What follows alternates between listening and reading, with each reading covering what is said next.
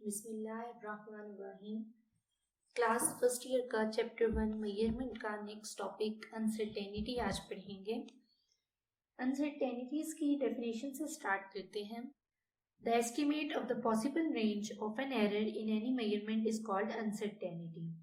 कोई भी आपने मेजरमेंट की उसके अंदर जो एरर आ सकता है उसकी जो एक रेंज है कि यहाँ से यहाँ तक एरर आ सकता है तो उसको एस्टिमेट करेंगे, ये अनसर्टेनिटी है। द क्वांटिफिकेशन और मैग्नीट्यूड ऑफ एरर का जो भी मैग्नीट्यूड है, यहाँ जो आपके मेजरमेंट में डाउट आ रहा है, doubt in measurement is called uncertainty.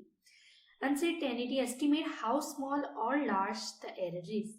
हमने लास्ट लेक्चर में एरर पढ़ा था, तो अब हम इस टॉपिक में ये देख रहे हैं कि एरर कितना स्मॉल या कितना लार्ज होगा। इसका जो एस्टिमेट है कि -1 से 2 तक होगा। So the estimate between the two values, कितना स्मॉल और कितना लार्ज, तो वो अनसर्टेनिटी है।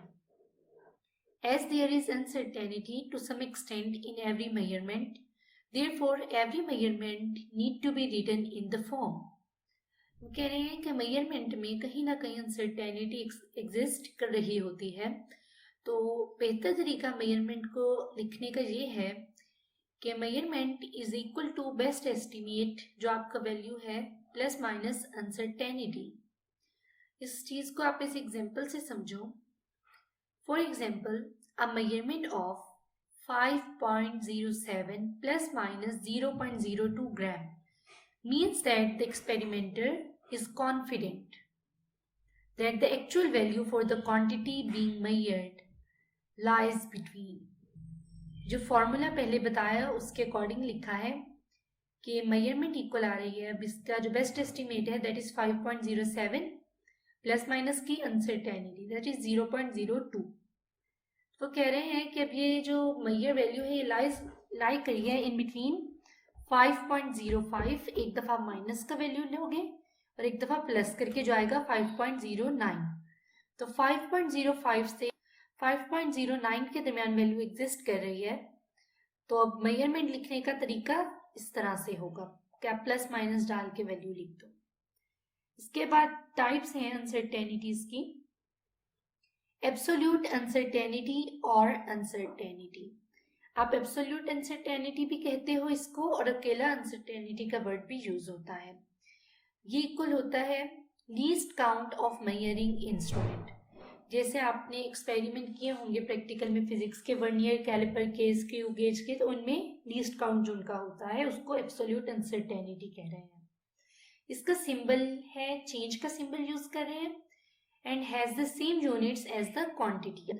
अनसर्टेनिटी या आपका जो भी क्वांटिटी है वो आप लेंथ में ले रहे हो मीटर सेंटीमीटर में, तो आपका अनसर्टेनिटी भी मीटर सेंटीमीटर में होगा। आफ्टर दैट फ्रैक्शनल अनसर्टेनिटी और रिलेटिव अनसर्टेनिटी, ये इक्वल है एब्सोल्यूट अनसर्टेनिटी जो हमने पहले भी बात की, डिवाइडेड बाय द मेजरमेंट। आपकी जो अनसर्टेनिटी है लीस्ट काउंट को मेजरमेंट से डिवाइड करोगे तो फ्रैक्शनल अनसर्टेनिटी आ जाएगी। It is denoted by the symbol E। Basically ये एप्सिलॉन का सिंबल यूज होता है, एंड हैज नो यूनिट्स, इसका कोई भी यूनिट नहीं होता। Third is percentage uncertainty. इसके लिए आप फ्रैक्शनल अनसर्टेनिटी जो भी हमने सेकंड नंबर पे देखी उसको मल्टीप्लाई करोगे 100% से, या फिर absolute uncertainty divided by measurement and multiply by 100%, तो ये आपकी परसेंटेज अनसर्टेनिटी आ जाएगी।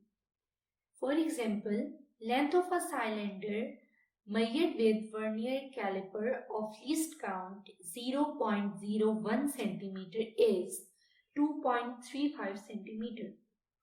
स्टेटमेंट क्या है कि वर्नियर कैलिपर जिसका लीस्ट काउंट है 0.01 सेंटीमीटर, उसकी लेंथ है सिलेंडर की 2.35 सेंटीमीटर। तो अब आपको इस स्टेटमेंट में से डेटा निकालना आना चाहिए। Measurement of length is 2.35 centimetre. Uncertainty जो हमने पहले कहा कि लीस्ट काउंट है, so least count of vernier caliper plus minus 0.01 centimetre.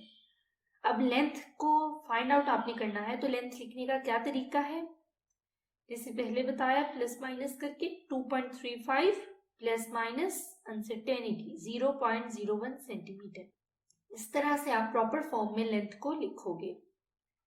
इसके बाद है हमारे पास सम और डिफरेंस, प्रोडक्ट वगैरह और पावर। उसमें कैसे अनसर्टेनिटी को अप्लाई करना है ये हम नेक्स्ट लेक्चर में देखेंगे। आई होप आपको आज का लेक्चर क्लियर हुआ होगा। अगर आपकी कोई भी कंफ्यूजन हो तो आप कमेंट सेक्शन में पूछ सकते हैं।